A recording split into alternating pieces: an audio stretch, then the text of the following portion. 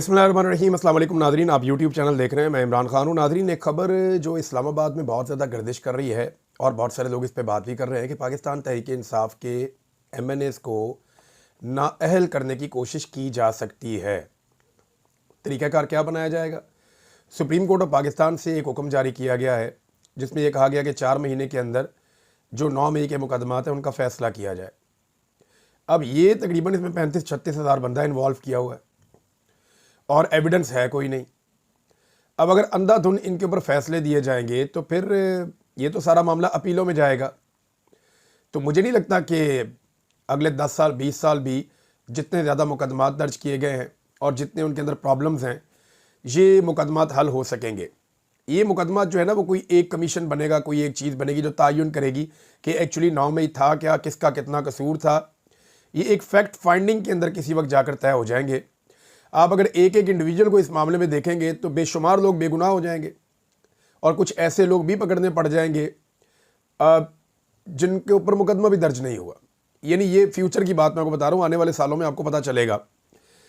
अब मामला ये है कि पाकिस्तान तहरीक-ए-इंसाफ़ के कुछ MNAs हैं, मुबैना तौर पे उनके ख़िलाफ़ 9 मई के मुकदमात का फ़ैसला किया जाएगा और उन्हें नाअहल कर दिया जाएगा। ये इस्लामाबाद में ख़बर है।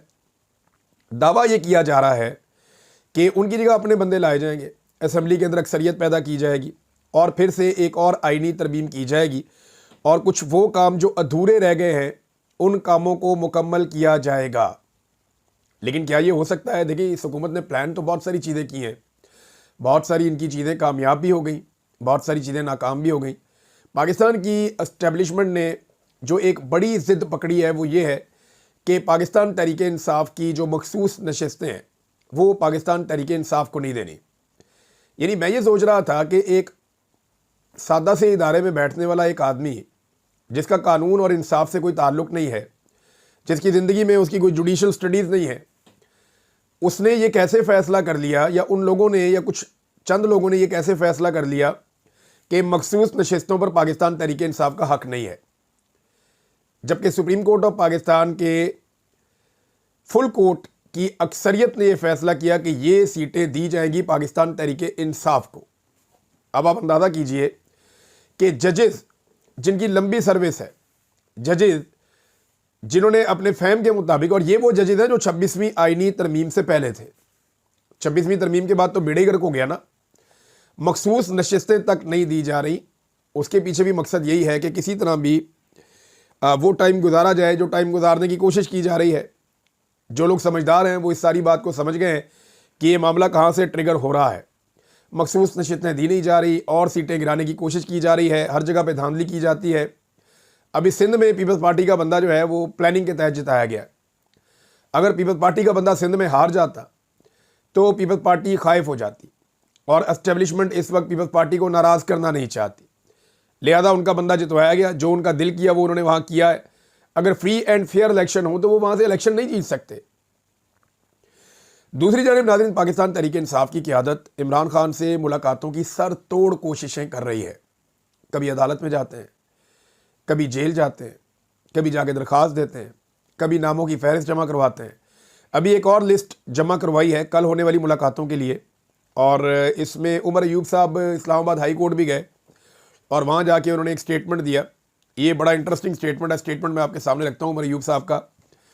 और उन्होंने कहा जी, जब हम फैसला लेकर जाते हैं ना, जब अडयाला जेल में, यानी इस्लामाबाद हाई कोर्ट के 3 रुकनी बेंच का ऑर्डर जब हम पुलिस को दिखाते हैं तो वो कहते हैं कि हम कोई ऑर्डर नहीं मानते, हम ऑर्डर मानते हैं तो स्टाफ कॉलेज फेल कर्नल का, ये इंटेलिजेंस एजेंसी का कर्नल है जो बैठा है जेल के अंदर, ये उन्होंने कहा, जो अडयाला जेल में इंटेलिजेंस का है बंदा, अब हम उसका ऑर्डर मानते हैं, हम अदालत का ऑर्डर नहीं मानते। ये जो पुलिस है वो इन्हें बताती है, उमर अयूब साहब ने कहा। फिर उमर अयूब साहब ने चैलेंज किया, जनाब ये बात मीडिया चला नहीं सकेगा। मैं आपको चैलेंज करता हूं कि आप ये बात मीडिया पे नहीं चला सकेंगे। तो इसीलिए लोग अब मीडिया पे भरोसा ही नहीं करते, क्योंकि वो सारा मौक़िफ़ नहीं दे सकता, तो लोग अब भरोसा करते हैं सोशल मीडिया पे, जहाँ पे ये सारी चीज़ें सबूतों के साथ आ जाती हैं। बहरहाल इमरान खान साहब के साथी सर तोड़ कोशिशें कर रहे हैं कि इमरान खान साहब से उनकी मुलाकात हो। अब जो नाम दिए गए उनमें सलमान अकरम राजा साहब, नियाज़ुल्लाह नियाज़ी साहब, समीर खोसा साहब, फैसल मलिक साहब, नईम हैदर पंजूता साहब और ज़हीर अब्बास साहब। 3 लोगों के बारे में तो मैं जानता हूँ, इन्हें किसी सूरत मिलने नहीं दिया जाएगा, अगर तो पॉलिसी वही चल रही है तो। बहरहाल देखते हैं, क्योंकि अदालत की तरफ से तो कोई इंसाफ मिल नहीं रहा और तहरीक इंसाफ अपने तमाम दरवाजे खटखटा रही है। आखिरी रास्ता ये है कि लोग सड़कों पे आ जाएं। इमरान खान की फैमिली जो है ना, वो ज़्यादा बेहतर अंदाज में प्रोटेस्ट कर रही है। हम ये देख रहे हैं कि वो जाते हैं, उन्हें नहीं मिलने दिया जाता, वहाँ धरना देते हैं, पुलिस उन्हें गिरफ्तार कर लेती है, फिर वीराने में छोड़ के आ जाती है। लेकिन पाकिस्तान तहरीक इंसाफ की क़यादत ऐसा नहीं करती। वो धरना वरना नहीं देते, वहाँ पे बैठते नहीं हैं, बल्कि वो फिर वापस चले जाते हैं। अपनी अपनी स्ट्रेटजी है। तो फैमिली भी कोशिश करेगी इमरान खान साहब से मिलने के लिए कल। अब ये मुलाकात होती है या नहीं होती, ये एक अलग बात है, लेकिन साहबजादा हामिद रज़ा साहब ने एक बड़ा दावा किया है और एक बड़ा सवाल उठाया है। ये दोनों मैं आपके सामने रख देता हूँ। उन्होंने कहा जी कि इमरान खान से डील के लिए तरले और मिन्नतें की जा रही हैं, यानी इमरान खान से डील मांग रहे हैं और डील के लिए तरले किए जा रहे हैं, मिन्नतें की जा रही हैं, लेकिन इमरान खान मान नहीं रहा। अगर इमरान खान ने मुझे इजाज़त दी तो फिर मैं बताऊंगा कि किस किस ने जेल में जाकर इमरान खान साहब के तरले और मिन्नतें किए हैं। ये साहबजादा हामिद रज़ा साहब ने कहा। एक और बात उन्होंने कही, और ये मिलिट्री इस्टेब्लिशमेंट के बारे में उन्होंने बात कही कि हमें तो बताया था कि हमारे मिसाइल की रेंज तिल बैब है, ये इसराइल का शहर है वहाँ पे तिल बैब, और हमें तो बताया गया था कि हमारे मिसाइल की रेंज वहाँ तक है और हमारे जहाज़ इतनी देर में इसराइल पहुँच सकते हैं। तो क्या आज हमारे मिसाइल की बैटरी एक्सपायर हो गई है या लॉन्चिंग पैड ख़राब हो गए हैं? ये क्योंकि देखिए, पाकिस्तान की इस्टेब्लिशमेंट ने पाकिस्तानियों को बड़े लंबे अरसे तक चूना लगाया कि हम कश्मीर आज़ाद करवाएंगे, आप बेफिक्र हो जाएं, कोई मसला नहीं है, कारगिल आज़ाद करवा लेंगे, कश्मीर आज़ाद करवा लेंगे। एक चूना लगाया कि हम खालिस्तान बना देंगे जो पाकिस्तान और इंडिया के बीच में एक बफर जोन बन जाएगा और पाकिस्तान बड़ा महफूज मुल्क हो जाएगा। कुछ लोग ये भी कहते रहे कि बांग्लादेश भी एक दिन आएगा, वापस आ जाएगा। ये एस्टेब्लिशमेंट ने पाकिस्तान को बार बार पाकिस्तानियों को चूना लगाया। फिर ये भी कहते रहे कि जब फ़लस्तीनी और इसराइलियों की लड़ाई होगी तो हम जाएंगे और जाकर इसराइल को तबाह कर देंगे, हमारे पास बड़ी कैपेसिटी है। ये सारा कुछ पाकिस्तान की मिलिट्री के लोग अपने दोस्तों को महफिलों में हर जगह ये बताया करते थे। एक दौर तक ये बातें खुले आम की जाती थी, फिर ये बातें जो है वो थोड़ा सा तरीके से की जाने लगी, फिर आहिस्ता आहिस्ता ये बातें करना बंद कर दी गई। अब जो ये बात करता है उसको गिरफ्तार कर लिया जाता है, उसके ऊपर गद्दारी का मुकदमा दर्ज हो जाता है और उसे जेल में डाल दिया जाता है। तो सूरत हाल यहाँ तक पहुँच गई। साहबजादा हामिद रज़ा साहब ने वही आईना दिखाया जो इस कौम को बेचा गया बड़े लंबे अरसे तक। जो सौदा बेचा गया वो उन्होंने उठा के एस्टेब्लिशमेंट के सामने रख दिया कि जी हमें तो आप कहते थे कि आपके जो मिसाइल हैं वो तिल बैब तक पहुँच जाते हैं, आपके जहाज़ इतनी देर में इसराइल पहुँच जाएंगे। तो क्या आज हमारे जो मिसाइल हैं उनकी बैटरियाँ एक्सपायर हो गई हैं या लॉन्चिंग पैड जो है उनके ख़राब हो गए, मसला क्या है? तो ये उन्होंने सवाल उठाया और लोग सवाल उठा रहे हैं, जगह जगह पे उठा रहे हैं, क्योंकि इस कौम को इतना बेवकूफ़ बनाया गया, इतना बेवकूफ़ बनाया गया और हम सब उसमें शामिल हैं। हम सब की आंखों के ऊपर एक पट्टी बांधी गई थी और वो हुब्बुल वतनी के नाम के ऊपर बांधी गई थी। हमें लगता था कि हुब्बुल वतनी ये है कि आपने गुलामी करनी है, फिर हमें वक़्त समझ आया नहीं, वो हुब्बुल वतनी नहीं, वो तो बेवकूफ़ी है। हमें तो हुब्बुल वतनी के नाम पे चूना लगाया गया, लूटा गया हमेशा। हुब्बुल वतनी के नाम के ऊपर सारे वसाइल पे कब्जा कर लिया गया। हुब्बुल वतनी के नाम के ऊपर हमें जो है वो फिल्में और टीवी और गाने दिखाए गए। हुब्बुल वतनी के नाम के ऊपर हमें आउट ऑफ द बॉक्स सोचने ही नहीं दिया गया। हुब्बुल वतनी के नाम के ऊपर हमें जाली मुताला पाकिस्तान पढ़ा दिया पकड़ के पूरी कौम को। लेकिन अब इमरान खान साहब जो असली मुताला पाकिस्तान है वो कौम को पढ़ा रहे हैं। नाज़रीन, मादनियात बिल के हवाले से एस्टेब्लिशमेंट के एक बड़े तगड़े खिलाड़ी हैं फैसल वावडा साहब, और वो ख़ुद भी कहते हैं कि उनका ताल्लुक़ उस कबीले से है और सब जानते भी हैं कि वो कहाँ से बोलते हैं, किसके लिए बोलते हैं। उनका टाकरा हो गया इमरान खान साहब के खिलाड़ी जुनैद अकबर से। अब फैसल वाडा साहब ने जो स्टेटमेंट दिया, उन्होंने कहा जी मादनियात बिल इनका बाप भी नहीं रोक सकता, ये मादनियात बिल पास होगा, इनका बाप भी नहीं रोक सकता। ये उन्होंने पीटीआई को और इमरान खान को और अली अमीन को और सबको उन्होंने चैलेंज किया। इस पर जनाब जुनैद अकबर ने जवाब दिया कि इमरान खान जब तक नहीं चाहेंगे और सूबे के मफाद में नहीं होगा तो किसी का बाप भी मादनियात बिल पास नहीं करवा सकेगा और किसी के बाप का बाप भी मादनियात का बिल पास नहीं करवा सकेगा। ये जनाब जुनैद अकबर साहब ने जवाब दिया। अब देखते हैं कि बिल का होता क्या है, क्योंकि बिल के ऊपर ना बड़ी एक्सट्रीम पोजीशंस हैं। एक पोजीशन ये है कि इसके ज़रिए से मादनियात बेच दी जाएंगी, दूसरी पोजीशन ये है कि इसके ज़रिए से पैसा आएगा पाकिस्तान के लिए। अब बीच का रास्ता ये है कि इसको एक ऑर्गेनाइज तरीके से किया जाए, कंसेंसस बनाकर। लेकिन वो कंसेंसस बनाने में खैबर पख्तूनख्वा की हुकूमत भी नाकाम है, वफाकी हुकूमत भी नाकाम है, और ये सारा मामला अब इमरान खान साहब के कोर्ट में है। इमरान खान साहब इसके बारे में जो कहेंगे वो हो जाएगा। अच्छा, अब इसमें एक खबर ये है कि नाज़रीन, पंजाब में डॉक्टर्स ने हड़ताल कर दी है बिलाखिर, यानी जिस बात का ख़तरा था वो बात हो गई। डॉक्टर्स एहतजाज कर रहे थे, पैरामेडिकल स्टाफ एहतजाज कर रहा था, दीगर लोग एहतजाज कर रहे थे, पोलियो वर्कर्स एहतजाज कर रहे थे कि मरीम नवाज़ हर चीज़ के ऊपर अपनी छाप लगाती जा रही है। जितने भी देही इलाकों के अंदर हेल्थ यूनिट है वहाँ पे जी मरीम नवाज़ का नाम लिखा जाए, फ़ोटो लगाई जाए। इनको अपना मुंह फिट करने की बड़ा शौक़ है इस ख़ानदान को। जिधर थोड़ी सी खाली जगह लगती है ये वहाँ पे अपना मुंह फिट करते हैं, बहुत शौक़ है शुरू से, और कौम के पैसों से अपना मुंह फिट करते हैं हर जगह पे।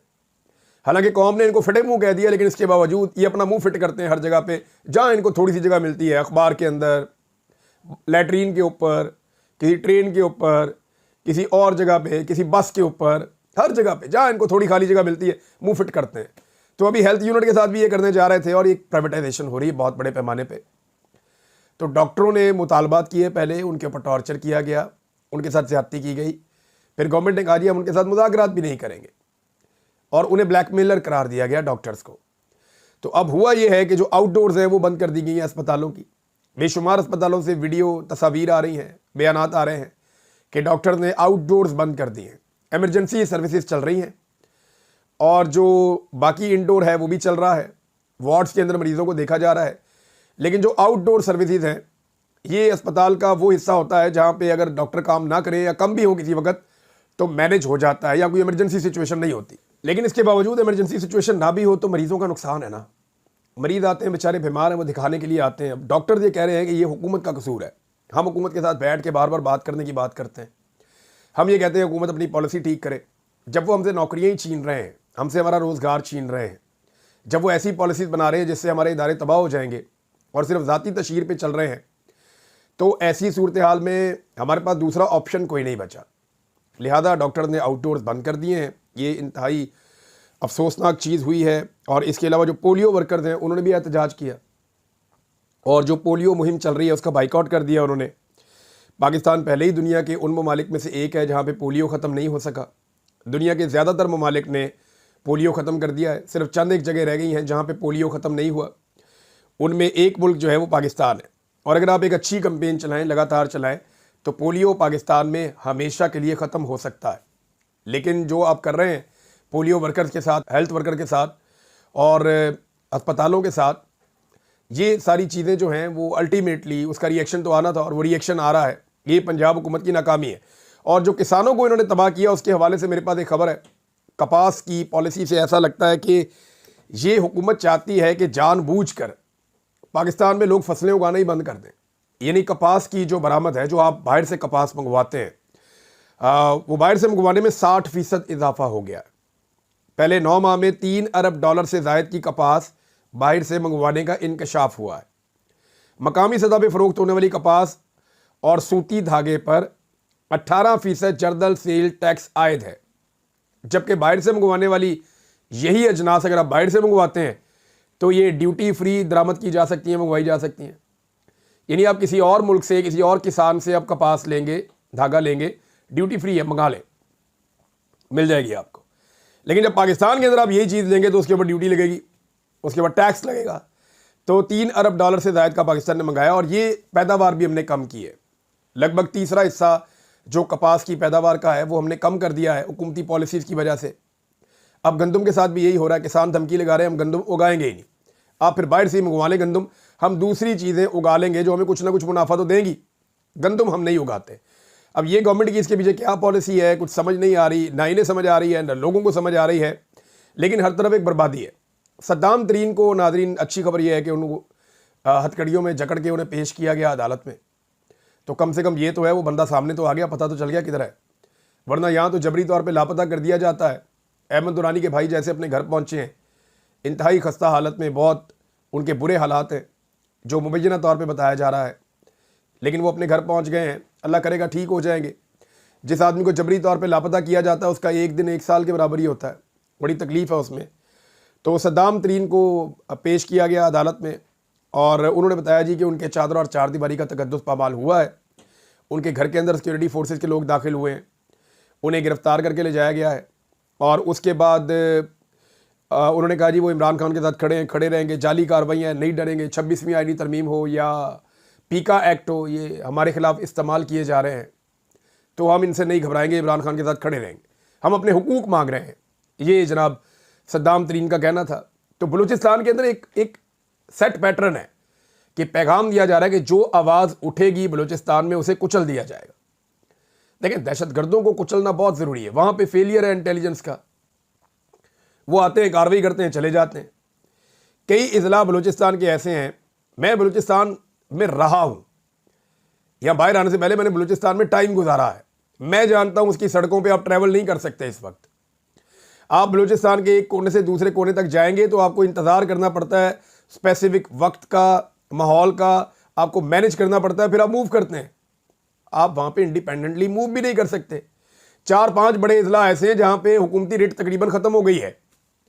इसी तरह जो आपका जनूबी खैबर पख्तूनख्वा है, वहाँ पे भी हुकूमती रिट ख़त्म हो गई है, कोई मगरिब के बाद बाहर नहीं निकलता। लेकिन इसके बावजूद हुकूमत होश के नाखून ही नहीं ले रही। नाज़रीन, मेरे ऊपर एक मुकदमा था, ये अब चल रहा है इस्लामाबाद हाई कोर्ट में।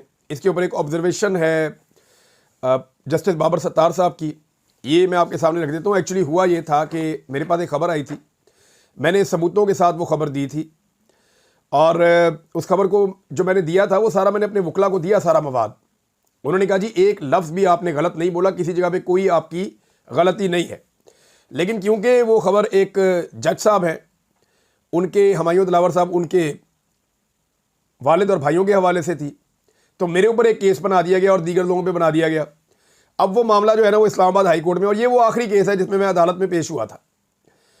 ये वहाँ पे जब गया तो FIA जो है वो मुतमईन नहीं कर सकी मुअज़्ज़िज़ जज साहब को, बाबर सत्तार साहब को, और उन्होंने कहा जी FIA ने कहा कि पर्चा दर्ज हुआ, सोशल मीडिया के ऊपर ये वायरल हो गया, खैबर पख्तूनख्वा की हुकूमत ने उनके ऊपर मुकदमा दर्ज किया था जस्टिस हुमायूं दिलावर पे, वहाँ पे इंक्वायरी चल रही थी। और क्योंकि अब ये जज साहब जो है ये रियासत के लाडले हैं, ये फैसल अब्बास खर साहब ने लिखा इसको, तो FIR लीक करने वालों के खिलाफ कार्रवाई का आगाज़ हुआ, ज़मानतें खारिज हुई, और खैबर पख्तूनख्वा के DG एंटी करप्शन जिनकी अबूरी ज़मानत मंजूर हुई, तो उन्होंने इस बुनियाद पर इस्लामाबाद हाई कोर्ट से FIR ख़त्म करने के लिए रुजू कर लिया। अब जनाब इसमें FIA ने रिपोर्ट जमा करवा दी। FIA ने कहा कि जी सोशल मीडिया कैंपेन चली है और इमरान रियाज ने इसके ऊपर वीलॉग किया है। तो जस्टिस बाबर सत्तार ने कहा कि ये क्या कह रहे हैं आप, क्या जुडिशरी में किसी ने आपको शिकायत लगाई है जो आप ये कह रहे हैं कि जनाब अंडरमाइन किया जा रहा है जुडिशरी को? जुडिशरी में तो आपको किसी ने शिकायत लगाई नहीं, तो आप कैसे मामे बन गए आके और आप ये कह रहे हैं? नहीं, उन्होंने ये लफ्ज़ इस्तेमाल नहीं किया, लेकिन आप अंदाज़ा करें कि ये निज़ाम कैसे चलता है। मैंने एक खबर दी है, उसके ऊपर भाई अगर खबर गलत है तो आप केस चला लें मेरे ऊपर, क्रिमिनल केस कर दिया उसके ऊपर बना के, और वो भी जनाब FIA के अंदर चल रहा है, और जज ने जिनके खिलाफ ये है या जुडिशरी में किसी ने कोई गिला और शिकवा नहीं किया। और भाई जज की सबसे बड़ी तौहीन होती है कि उसके अहकामात पे अमल ना किया जाए। रोज़ाना की बुनियाद पे अडियाला जेल के अंदर वो जाते हैं, पाकिस्तान तहरीक इंसाफ के लोग हर हफ्ते 2 दफ़ा जाते हैं, तो जजों के जो ऑर्डर्स हैं हाई कोर्ट के जजों के, उनको जूतों की नोक के ऊपर रखा जाता है। वहाँ तो किसी की जुडिशरी अंडरमाइन नहीं होती। एक खबर दी है, सबूतों के साथ दी है, वहाँ पे जुडिशरी अंडरमाइन होती है, क्योंकि इमरान रियाज को फिक्स करना है, बाकी लोगों को फिक्स करना है। तो जज साहब ने कहा जनाब यहाँ तो प्रेस कॉन्फ्रेंस भी हुई है जुडिशरी के खिलाफ, तो आपको किसी जुडिशरी से किसी ने आपको शिकायत लगाई है, लिहाजा जज साहब ने इसके ऊपर इत्मीनान का इजहार नहीं किया जो FIA ने रिपोर्ट दी है। फिलहाल ये मामला यहाँ तक पहुँचा है, देखते हैं इसमें और क्या होता है। नाज़रीन, एक और ख़बर यह है कि ईमान मज़ारी साहिबा को बनाया गया था चेयरपर्सन, लापता अफराद के हवाले से, गुमशुदगियों के हवाले से इस्लामाबाद हाई कोर्ट बार की जो जबरी गुमशुदगियों की कमेटी है उसका चेयरपर्सन बनाया गया था। उन्होंने इस्तीफ़ा दे दिया है, और इस उसूली मौक़िफ़ के ऊपर इस्तीफ़ा दिया है कि इस्लामाबाद हाई कोर्ट बार ने जजेस की सीनियरिटी के मामले पर उसूली मौक़िफ़ से पीछे हटकर बुज़दिली का सबूत दिया, तो मैं अपना नाम इन्हें इस्तेमाल नहीं करने दूंगी। वो बहादुर बेटी है कौम की, उसने इस्तीफ़ा दे दिया। उसने कहा नहीं, मैं ये बेअसूल लोग जो हैं, कंप्रोमाइज्ड और बुज़दिल लोग जो हैं, मैं इनके साथ नहीं चल सकती। ये ऐसा होना चाहिए हर वकील को, ऐसा दिलेर होना चाहिए, डट कर खड़े होना चाहिए, और खड़े होकर अपने मौक़िफ़ के ऊपर साबित करना चाहिए दलील के साथ। जो बार बार किया है। यानी जब दलील का मैदान आता है ना, तो बार बार ईमान मज़ारी इनको चित करती है, इनको शिकस्त देती है, लेकिन ये मैदान बदल देते हैं, ये जंग के मैदान में ले जाते हैं चीज़ों को, जो पाकिस्तान की बदकिस्मती है। अगर तमाम वकला ईमान मज़ारी की तरह सोचें तो आप ये सोचिए पाकिस्तान में रूल ऑफ लॉ को कौन रोक सकता है और कितनी देर तक रोक सकता है। No one can do anything अगर ये इस तरह वकील खड़े हो जाएं, जैसे ईमान मज़ारी खड़ी, और बहुत सारे हैं, मैं बेशुमार नाम ले सकता हूं। जस्टिस मंसूर शाह साहब ने हलफ उठा लिया चीफ जस्टिस का, कायम मकाम चीफ जस्टिस, क्योंकि जो याह्या अफरीदी साहब है वो पाकिस्तान से बाहर गए हुए हैं चीन में। अब ये चंद दिन कायम मकाम चीफ जस्टिस रहेंगे तो क्या कुछ कर पाएंगे? तो मेरा सिर्फ इस पे ये कहना है कि जो मुक्का आपको लड़ाई के बाद याद आए ना, उसे अपने मुंह पे मार लेना चाहिए। और इसको मैं मिलाता हूँ एक और ख़बर के साथ कि मोहम्मद आसिफ, आपको याद होगा, जिन्होंने लाहौर हाई कोर्ट में इंसाफ ना मिलने पर, अदालत की जानिब से बार बार इंसाफ ना मिलने पर अपने आप को आग लगा ली थी और वो इंतकाल कर गए थे। अब अदालत ने उनके हक़ में फ़ैसला दिया उनके मरने के बाद।